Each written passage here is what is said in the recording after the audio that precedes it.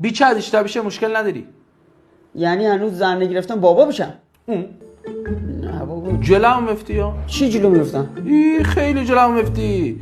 بیچت پوشک مخه شیر خوش مخه نم ونگ ونگ دشه از دندون به در مره اذیت دارد نم یک بار بعد شیر خوش بگیریش نم پوشک بگیریش.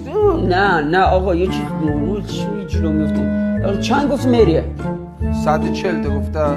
زیاده خب بابا. نه یک چیز گفته حواس پرتی دارم گفته تا 100 اوکیش برو. مطمئنی؟ تا 100 اوکیش. میریه با یه بچه؟ نه یک دونه بچه دیتی بیچه. البته در حقیقت یک دونه بیچه. یعنی چی؟ یعنی یک دونه از بیچه‌هاش عریس رفته اون نیست. یک دونه دخل نداره. یعنی من هم بچه دارم هم دوماد دارم. با یک نوه. خیلی جلو نمیافتم. بهتر. بذار یه دوتاش خودم تجربه کنم. تجربه منی خیلی خوبه. جلو مفتی سیسمونی دارن همچین همه اینا جلوی. بته کارت ملیته. دومادم آدم خوبی است؟ این دوماد اصلا بنده خدا خودش درگیر مراسم عریسی بیچه‌ش اصلا نمیبینیش شهر خودش. یعنی عروسی نومه؟ همون دیگه اگه زید دست بکار رو تو نتیجه تو میبینی دیگه تو میبینی. خیلی جلو نیفتادم فکر کنم دارم میرم فینال. خوبه دیگه.